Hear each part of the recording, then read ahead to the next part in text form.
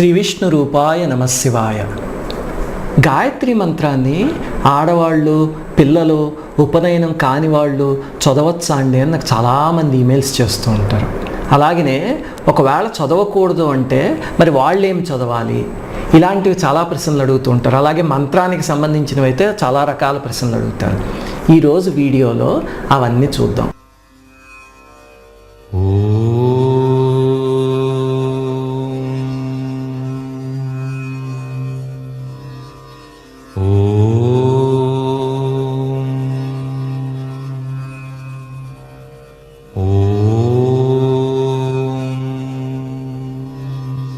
చాలా సంవత్సరాల క్రితం నాకు కూడా ఈ అనుమానం ఉండేది. అదేమిటి గాయత్రి మంత్రం ఆడవాళ్ళు ఎందుకు చదవకూడదు, అలా మన ఋషులు ఆడవాళ్ళ మీద వివక్ష చూపించేశారా అని నేను కూడా స్కూల్లో ఉన్న రోజుల్లో చాలాసార్లు అనుకునేవాడిని. మా నాన్నగారితో కూర్చుని వాదిచ్చేవాడిని కూడా, ఎందుకు చదవకూడదండి అని. దానికి మా నాన్నగారు అనేవారు, అరే గాయత్రి మంత్రము ప్రకృతిలోంచి విపరీతమైన శక్తిని తీసుకొచ్చి మనలోకి ఇస్తుంది. ఆ శక్తిని మనం భరించాలి అంటే దానికి తగ్గట్టుగా బాడీని, మైండ్ని ప్రిపేర్ చేయాలరా, అలాగ ఉపనయనం చేస్తుంది. అందుకనే ఉపనయనం అయ్యాక గాయత్రి జపం చేస్తే కనుక అప్పుడు ఆ శక్తిని తట్టుకోగలిగే స్థితి శరీరానికి వస్తుంది అని. నాకు అర్థమయ్యేది కాదు. అదేంటి నాన్నగారు, చాలామంది ఆడవాళ్ళు చదువుతూ ఉంటారు కదా, అలాగనే ఇంకా ఈ కాలం మీరు చూసారంటే కనుక సెల్ ఫోన్ రింగ్ టోన్ల కింద, అలాగే కార్ రివర్స్ చేస్తుంటే ఆ సౌండ్ల కింద కూడా గాయత్రి మంత్రం పెట్టేస్తున్నారు, అదేదో భక్తి అనుకుని. మరి అలా చేస్తున్నారు కదండి, మరి అలా అయితే వాళ్ళందరికీ బ్యాడ్ ఎఫెక్ట్ రావాలి కదా అని అడిగేవాడిని.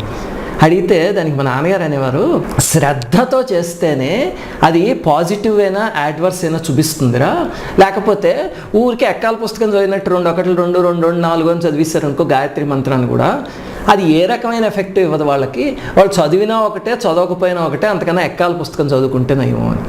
నాకు అర్థం కాక ఇంకా తరచి అడిగితే ఆయన ఒక మాట అనేవారు, ఆధ్యాత్మికతలో ఎప్పుడు ఎవరినో ప్రశ్నలు అడుగుతాము, వాళ్ళు మనకి సమాధానాలు చెప్పాలి అని చూడకు.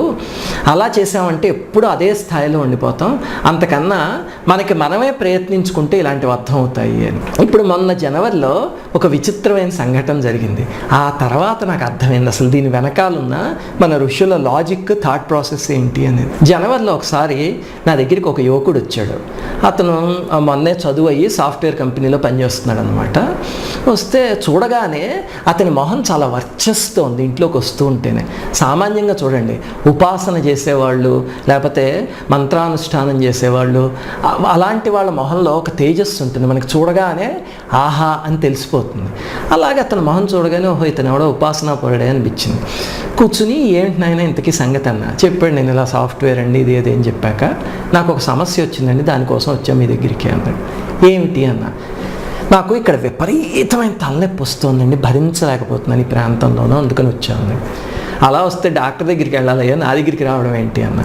అది కాదండి, నేను అందరు స్పెషలిస్టుల దగ్గరికి వెళ్ళాను, ఎంఆర్ఐలు స్కాన్లు అన్నీ అయ్యాక వాళ్ళు చూసి నీకు ఏ సమస్య లేదు అంతా బాగానే ఉందంటారు, లేకపోతే ఏవో కొన్ని మాత్రలు ఇస్తారు, అవి కొన్ని ఏమో మొత్తం వస్తున్నాయి వేసుకుంటుంటేను, అంతేగాని నా తలనొప్పి మాత్రం తగ్గట్లేదు, అందుకని మీ దగ్గరికి వచ్చాను అన్నాడు. అంటే హోమియోపతి వాడావా అన్న. యాలోపతి, హోమియోపతి, సీతాపతి, గణపతి అన్నీ అయిపోయాయండి, మీరు ఏమన్నా మంత్రం చెప్తారేమో తగ్గించుకోవడానికి అని వచ్చాను. అంటే ఇదేదో విచిత్రంగా ఉందనుకుని సరే అని కూర్చుని మాట్లాడుతూ, అసలు నువ్వు రోజు ఏం చేస్తూ ఉంటావు, నువ్వేమైనా పూజ చేస్తావా అని అడిగితే అతను చెప్పాడు, దాదాపు 4.5 గంటల పాటు అనుష్ఠానం అంట. ప్రతిరోజు సూర్యోదయం పూర్వం లేచి ఇంకా అక్కడి నుంచి అనుష్ఠానం అంతా మొదలుపెట్టి చేసి అంతా అయ్యాక ఆఫీస్కి వెళ్తాడట. అతను చెప్పిన దాంట్లో లలితా సహస్రనామం, విష్ణు సహస్రనామం, ఇంకా రామాయణం అన్నీ ఉన్నాయి. ఉంటే ఇంక ఇతనికి ఏం చెప్పాలరా ఇంతకన్నా అనుకుని సరే అని ఇంకా ప్రోబ్ చేశా, అసలు ఇంకేం చేస్తావు నీ పూజలో చెప్పు అని. అప్పుడు మాట్లాడుతూ అన్నాడు, ప్రతిరోజు సహస్ర గాయత్రి చేస్తానండి అన్నాడు. అబ్బా అద్భుతం అయ్యా, చాలా బాగుంది, ఉపనయనం ఎప్పుడైంది అన్నా. ఉపనయనం అవ్వలేదండి నాకు అన్నాడు. అదేమిటి, ఉపనయనం చేసుకోకుండా గాయత్రి జపం చేయకూడదు అని కదా మన ఋషులు చెప్పింది, నువ్వు అందులో ఇన్ని ఆచరిస్తున్నావు నీకు తెలియదా అని అడిగా. దానికి దీనికి సంబంధం ఏంటండి అన్నాడు. అంటే ఏమన్నాయో నాకు తెలీదు, ఋషులు ఇచ్చిన దాన్ని గౌరవిద్దాం మనం, ఎందుకంటే వాళ్ళకన్నా గొప్ప సైంటిస్టులు ఎవరు ఉండరు. సో ఒక పని చెయ్యి, రేపటి నుంచి గాయత్రి మంత్రం చేయడం మానేసి మిగతా అనుష్ఠానం అంతా, మిగతా పూజ అంతా చేసుకున్నావు, ఏమవుతుందో చూద్దాం, మన ఇద్దరం సాఫ్ట్వేర్ ఇంజనీర్లమే కదా, రివర్స్ ఇంజనీరింగ్ చేద్దాము అన్నా. అంటే అదేమిటండి మీరు ఏమన్నా మంత్రం ఇస్తారనుకుని వస్తే నేను చేస్తున్న మంత్రాన్ని కూడా మానేమంటున్నారు అన్నాడు. లేదు ఊరికే ట్రై చేసి చూద్దాం ఒకసారి అన్న. ఓ వారం పోయాక ఫోన్ చేశాడు. చేసి ఏమండి నిజమేనో నాకు ఇక్కడ నొప్పి బాగా తగ్గిందండి, చాలా రిలీఫ్ వచ్చింది, ఇప్పుడు ఏం చేయమంటారు అన్నాడు. ఇంకా కొన్నాళ్ళు చూద్దాం అన్న. ఓ 15 రోజులు పోయాక పూర్తిగా తగ్గిపోయిందండి, అసలు రావట్లేదు అన్నాడు. అయితే దీనికినో గాయత్రి మంత్రానికి ఏదో సంబంధం ఉందయ్యా అంటే, అవునండి మీరు చెప్పింది కరెక్టే అన్నాడు. ఓ పని చేద్దాం, సామాన్యంగా మహాత్ముల చరిత్రలు తీసి చూస్తే మంత్ర సాధనకి సంబంధించినప్పుడు ఎప్పుడైనా ఏవైనా సంకేతాలు ఉంటే ఇక్కడ నొప్పి కానీ ఇక్కడ నొప్పి కానీ వస్తుంది, దాన్ని బట్టి అర్థం చేసుకోవాలి. సో ఇప్పుడు ఒక పని చేద్దాం, ఈసారి మళ్ళీ గాయత్రి మంత్రం చేయడం మొదలుపెట్టి ఏమవుతుందో చూద్దాం అన్న. అంటే అయ్యి బాబాయ్ మళ్ళీ నొప్పి వస్తే ఏం చేయాలండి అన్నాడు. ట్రై చేసి చూద్దాం, ఇప్పుడు మనకి ఎలాగో తెలిసింది కదా ఒక మార్గం అంటే. మళ్ళీ మొదలుపెట్టాడు. 4-5 రోజులు అయ్యేసరికి మళ్ళీ నొప్పి మొదలైంది. మళ్ళీ ఆపేసి చూసాం, మళ్ళీ తగ్గిపోయింది. అప్పుడు ఇంక అర్థమైపోయింది, ఓహో ఇది వస్తుంది అక్కడి నుంచి వస్తుంది అని. అప్పుడు సరేనయ్యా పని చేద్దాం, ఇప్పుడు ఉపనయనం చేసుకో అన్న. ఈ వయసులోనండి అన్నాడు. మరి చేసుకోవాలి కదా, ఇన్నాళ్ళు చేసుకోకపోవడమే తప్పు నువ్వు. అందుకని ఉపనయనం చేసే సంస్థలు బోర్డు ఉన్నాయి, ఉచితంగా చేసే సంస్థలు మహానుభావులు ఎంతోమంది ఉన్నారు, వెళ్ళి అక్కడికి చేయించుకొని ఒక అడ్రస్ ఇచ్చాను, చేయించుకున్నాడు. అది అయిపోయిన తర్వాత మళ్ళీ గాయత్రి జపం మొదలు పెడితే ఎన్ని రోజులు, దాదాపు ఇప్పటికీ 2 నెలల నుంచి చేస్తున్నట్ట, అస్సలు తలనొప్పి రాలే.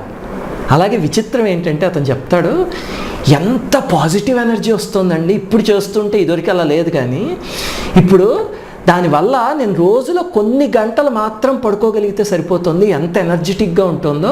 ఇదివరకు చాలా గంటలు పడుకున్నా నిద్ర సరిపోయేది కాదు, గొప్ప ప్రయోజనం కనిపించిందండి అన్నాడు. చూశారు కదా, ఇలాగా మనం ఎక్స్పెరిమెంట్ చేసి చూస్తే అప్పుడు మన ఋషులు ఎందుకు చెప్పారు అని అర్థమవుతుంది.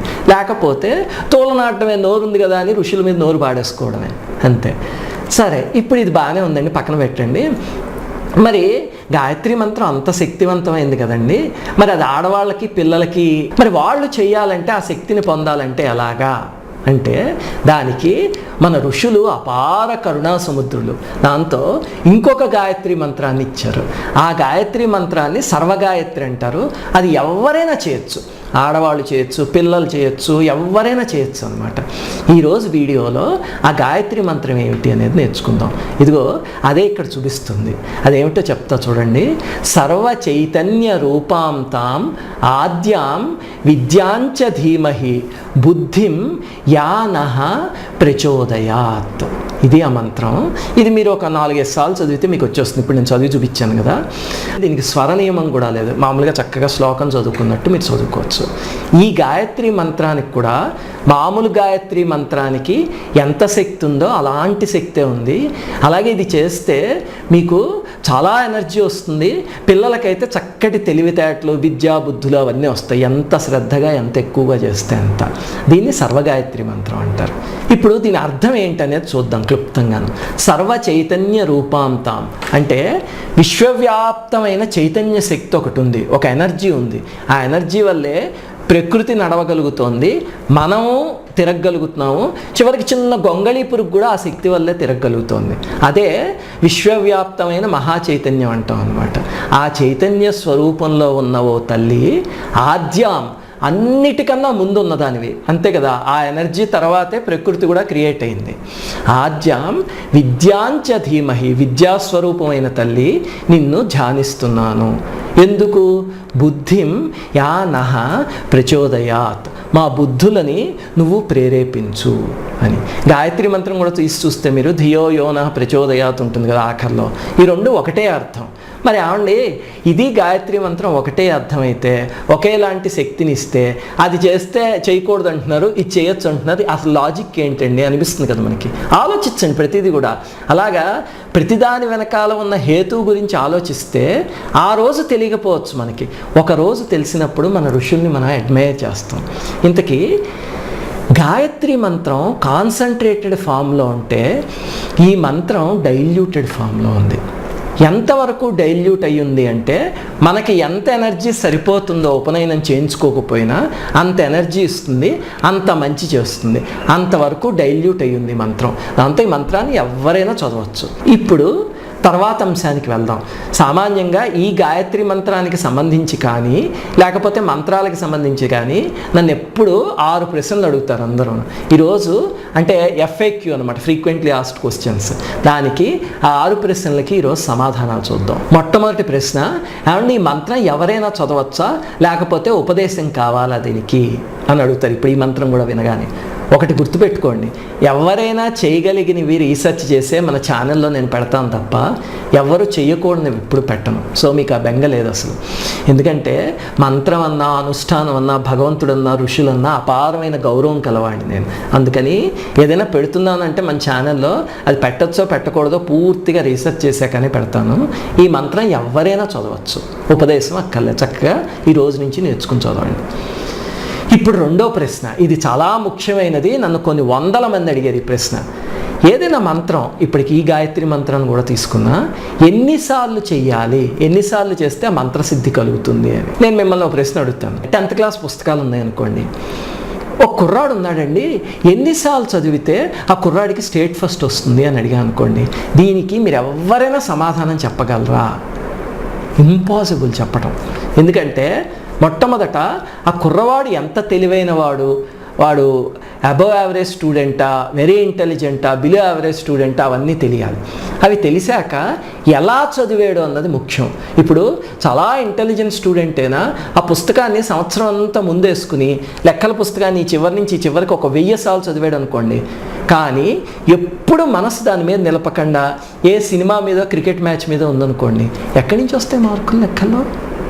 అంటే చదివాడా అంటే శుభ్రంగా చదివాడు, కానీ ఎందుకు మార్కులు రావట్లేదు అంటే ఆ మనస్సు అక్కడ పెట్టి చదవలేదు. మంత్రం కూడా అలాంటిదే. మంత్రోపాసన చేయాలి అంటే మన మనస్సు ఆ మంత్రంతో ఫిక్స్ అవ్వాలి. అంటే ఎలాగండి? ఇప్పుడు చూడండి, మంత్రంలో 3 ఎలిమెంట్స్ ఉంటాయి. ఒకటి చేసే మనం, రెండోది చేయబడే మంత్రం, మూడోది ఆ మంత్రాధిదేవత ఎవరున్నారో వాళ్ళు. ఈ 3 కానీ అలైన్ అవ్వగలిగే అనుకోండి, అప్పుడు ఆ మంత్రం మనకి సిద్ధిస్తుంది అనమాట. అదెలాగండి? ఇప్పుడు మీకు తేలిగ్గా అర్థమయ్యే ఉదాహరణ చెప్తా చూడండి. కొన్ని సినిమాల్లో ఋషులు తపస్సు చేస్తూ ఉంటారు ఏదో ఒక మంత్రాన్ని తీసుకుని. అప్పుడు రంభో, ఓరోసో, ఇంద్రుడో వచ్చి ఆ తపస్సుని భంగం చేసేసినట్టు చూస్తాం కదా మనం. ఏమిటి అసలు ఆ భంగం చేయడం? రంభ వచ్చి అక్కడ నాట్యం చేస్తే ఆ తపస్సు భంగం అయిపోవడం అంటే ఏమిటది అంటే, ఆయన తపస్సు చేసి తనని, ఆ మంత్రాన్ని, ఆ భగవంతుణ్ణి అలైన్ చేసుకోగలిగాడు, సింక్రనైజ్ చేయగలిగాడు. అలాంటి స్థితి వస్తున్నప్పుడు వాళ్ళు వచ్చి ఆయన తపస్సుని భగ్నం చేసేసరికి ఆ మొత్తం అంతా పోయిందనమాట. అలాగ సింక్రనైజ్ అవ్వగలిగితే మీకు అసలు ఎన్నిసార్లు చేసామో అన్న స్పృహ కూడా ఉండదు, మీరు చేస్తున్నారు అన్న స్పృహ కూడా ఉండదు, అంతా కలిపి ఒకటైపోతుంది. ఆ స్థితి వస్తే మంత్రం మీకు దొరికినట్టే, అప్పుడు మనం కూడా ఋషులం అయిపోయినట్టే. ఇంకా 3వ ప్రశ్న, ఏమండి గాయత్రి మంత్రాన్ని ఆరోగ్య సమస్యలకు ఉపయోగించవచ్చా? నాకు ఉద్యోగం రావట్లేదు, ఎంత ప్రయత్నించినా సాఫ్ట్వేర్ కంపెనీలో ఉద్యోగం కోసం ట్రై చేస్తున్నా, దానికి ఉపయోగించవచ్చా? ఇంకా ఈ మధ్య అయితే నాకు కొన్ని 10 మెయిల్స్ వచ్చాయన్నమాట. నాకు విపరీతమైన బద్ధకం అండి, ఆ బద్ధకం పోగొట్టుకోవడానికి అన్న మంత్రం చెప్తారా అని. ఇవన్నీ ఎలా ఉన్నాయో ఆలోచించండి. బద్ధకం పోవడానికి ఏమన్నా మంత్రం చెప్తే మరి ఆ మంత్రం చేయడానికి కూడా బద్ధకం ఉంటుంది కదా. మొట్టమొదట ఒకటి గుర్తుపెట్టుకోండి, మంత్రాల్ని, భగవంతుణ్ణి, పూజని, వాటిని ఎంతసేపు మనకి ఏదో ఒకటి కావాలనేది లాక్కోవడానికి చెయ్యకండి. మొట్టమొదట అసలు మనం పూజ ఎందుకు చేయాలంటే, భగవంతుడు ఇప్పటిదాకా మనకి ఏమి ఇచ్చాడో దానికి థ్యాంక్స్ చెప్పడానికి చేయాలి, అంతేగాని ఇంకా ఏవి కావాలో దానికి కాదు. మనకి ఎన్నో ఇచ్చాడు భగవంతుడు, శరీరం ఇచ్చాడు, పనిచేసే కళ్ళు, ముక్కు, చెవులు, చేతులు, కాళ్ళు అన్నీ ఇచ్చాడు కదా, మంచి తెలివితేటలు ఇచ్చాడు. దానికోసం భగవంతుడికి కృతజ్ఞత చెప్పుకోవడానికి చేయండి, అవి మంచి మార్గంలో నడవాలి అని ప్రార్థించడానికి చేయండి, అంతేగాని ఏది లాగేసుకుందామా ఇంకాను అని కాదు. ఇప్పుడు బద్ధకం ఉంది, ఆ బద్ధకాన్ని మనమే పోగొట్టుకోవచ్చు. రోజు వెళ్ళి వ్యాయామం చేస్తారనుకోండి, జిమ్లో, ఇంట్లో యోగా చేస్తే 4 రోజులు అయ్యేసరికి మంచి ఫిట్గా తయారవుతారు, ఆ బద్ధకం పోతుంది. అలాగే నాకు సాఫ్ట్వేర్ కంపెనీలో ఉద్యోగం కావాలండి, రావట్లేదు, నాకు ఏదైనా మంత్రం ఇచ్చేయండి. సాఫ్ట్వేర్ కంపెనీలో ఉద్యోగం ఎందుకు రాదు చెప్పండి? టాలెంట్ ఉన్నవాడిని ఏ సాఫ్ట్వేర్ కంపెనీ అయినా వదులుకుంటుందా? నేను సాఫ్ట్వేర్లో పనిచేస్తున్నాను, నాకు తెలీదా? టాలెంట్ ఉంటే మేము రిక్రూట్ చేసుకుంటూ ఉంటాం కదా, టాలెంటెడ్ పర్సన్ని ఎవడు వదులుకోడు, ఎన్ని డబ్బులు ఇచ్చినా తీసుకుంటాడు. మరి మనకి ఉద్యోగం రావట్లేదు అంటే మన స్కిల్ సెట్ అంత గొప్పగా లేదు అని అర్థం. అప్పుడు మనని మనం మార్చుకోవాలి, అప్పుడు ఉద్యోగం వస్తుంది. అంతేగాని ఇవన్నీ వదిలేసేసి నేను హాయిగా ఇంట్లో పడుకుని మంత్రం చేస్తానండి, నాకు భగవంతుడు ఉద్యోగం ఇస్తాడంటే ఎందుకు ఇస్తాడండి? భగవంతుడు కూడా విపరీతంగా ప్రయత్నం చేసి అది అప్పటికే సఫలీకృతం కాకపోతే అలాంటి వాళ్ళకి సహాయం చేయడానికి ఇష్టపడతాడు. అంతేగాని మనకి ఆ ఉద్యోగానికి సరిపోయే స్కిల్ సెట్ లేనప్పుడు, ఎన్ని ఇంటర్వ్యూలకు వెళ్తున్నా మనం ఫెయిల్ అవుతున్నప్పుడు ఆ ఉద్యోగానికి మనకు అర్హత లేదని అర్థం. ఎందుకు ఇంకా మనకు ఆ ఉద్యోగం, ఇంకో ఉద్యోగం చూసుకోవడం మంచిది, అంతేనా కాదా? అందుకని మంత్రాలు దీనికి ఉపయోగిస్తాయా దానికి ఉపయోగిస్తాయా దగ్గర మొట్టమొదట మనని మనం ఉపయోగించుకుని అది సాధించడానికి ట్రై చేద్దాం. అవి కష్టాలు కాదు, అవి మనం ఎఫర్ట్ పెట్టకపోవడం వల్ల రావు. ఇంకొకటికి ఎందుకు వచ్చే మనకి ఎందుకు రావట్లేదంటే అదే కారణం. అది పెడితే వస్తుంది.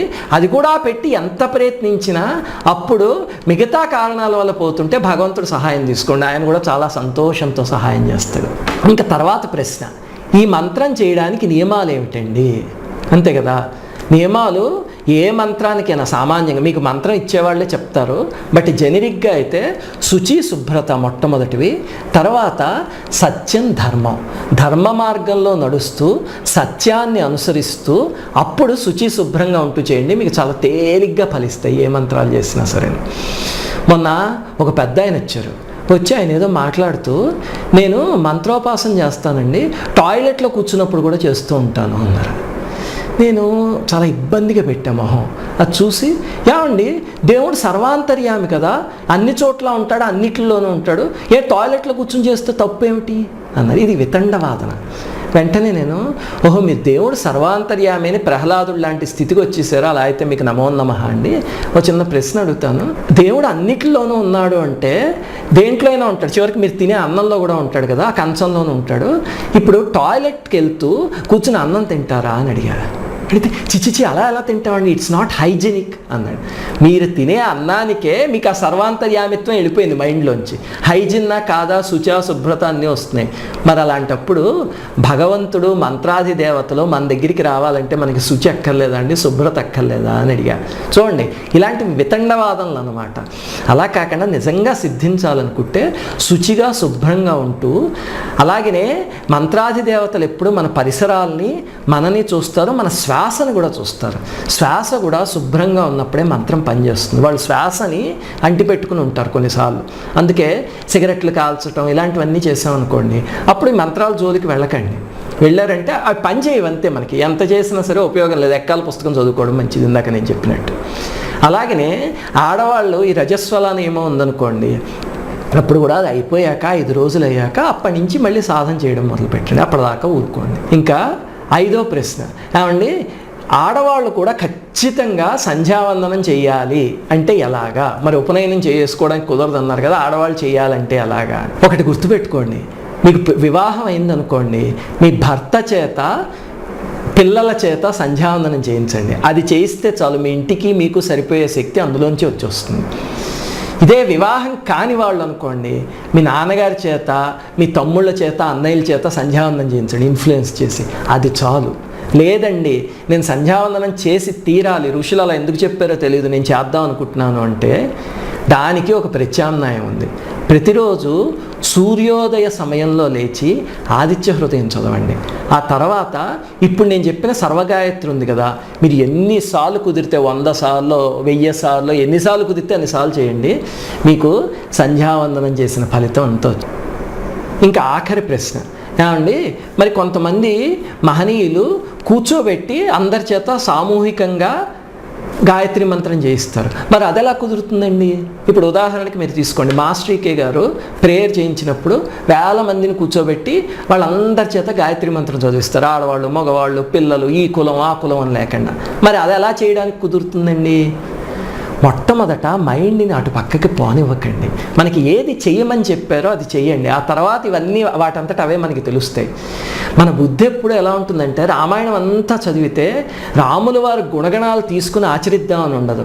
అడవికి ఎందుకు పంపించారండి, అగ్ని ప్రవేశం ఎందుకు చేయించారండి, అక్కడ స్టక్ అయిపోతాం మనం. అప్పుడు మన బుద్ధి అటు నెగిటివ్ వైపే పనిచేస్తుంది. రామాయణం కానీ సరిగ్గా చదివితే అగ్ని ప్రవేశం ఎందుకు చేయించారు, దాని వెనకాల లాజిక్ ఏంటి అనేది సుందరకాండలో సీతమ్మే చెప్తుంది ఒక చోట. అవి మన బుర్రలోకి ఎక్కవు. మనకి ఎందుకు అగ్ని ప్రవేశం చేయించారు, ఆవిడ ఎందుకు చేసింది, ఆయన ఎందుకు ఒప్పుకున్నారు, అక్కడే ఆగిపోతుంది మన బుర్ర. అందుకని అలాంటి వాటిల్లో ఆగకండి. ఈకే మాస్టర్ గారు కారణ జన్ములు. ఆయన ఒక ప్రణాళికతో దిగి వచ్చిన పరమ గురువులు. అలాగనే గాయత్రి అనుష్ఠానం చేసి గాయత్రి మాతని ప్రసన్నం చేసుకున్న మహనీయులైన. అలాంటి ఆయన చేయమని చెప్పారంటే ఏదో ఒక కారణం ఉంటుంది కదా, దాని బాధ్యతలన్నీ ఆయన తీసుకుంటారు కదా, ఆయన గురువు కదా. ఇంకా అలాంటప్పుడు మనకి ఎందుకు బెంగ? మీరు అలా చేస్తూ ఉండండి. కొన్నాళ్ళకి ఇందాక నేను చెప్పాను రివర్స్ ఇంజనీరింగ్ చూసారా, అలాంటి థాట్ మనకు వచ్చి అది ఎందుకు చేయమన్నారు అనేది అర్థమవుతుంది. అప్పుడు మనకి ఓహో ఇందుకు చెప్పారా మన ఋషులు కానీ మన గురువులు కానీ అని అప్పుడు అర్థమవుతుంది. అప్పటిదాకా హాయిగా ఈ సర్వగాయత్రి మంత్రం చేసుకోండి, మీరు చదవండి, మీ పిల్లల చేత చదివించండి. చూడండి వాళ్ళ జీవితాలు ఎలా ట్రాన్స్ఫార్మ్ అవుతాయి అమ్మవారి అనుగ్రహంతో అనేది. శ్రీమాత్రే నమః. ఆగండి, ఈ వీడియోని అప్పుడే క్లోజ్ చేయొద్దు. ఈ వీడియో కనుక మీకు నచ్చినట్టయితే ఇలాంటి మరిన్ని వీడియోస్ చూడాలనుకుంటే మా ఛానల్ కి సబ్స్క్రైబ్ చేయండి. కింద ఉన్న సబ్స్క్రైబ్ బటన్ పైన క్లిక్ చేయండి. మేము చేసే కొత్త వీడియోస్ గురించి మీకు తొందరగా తెలుస్తుంది. Thank you.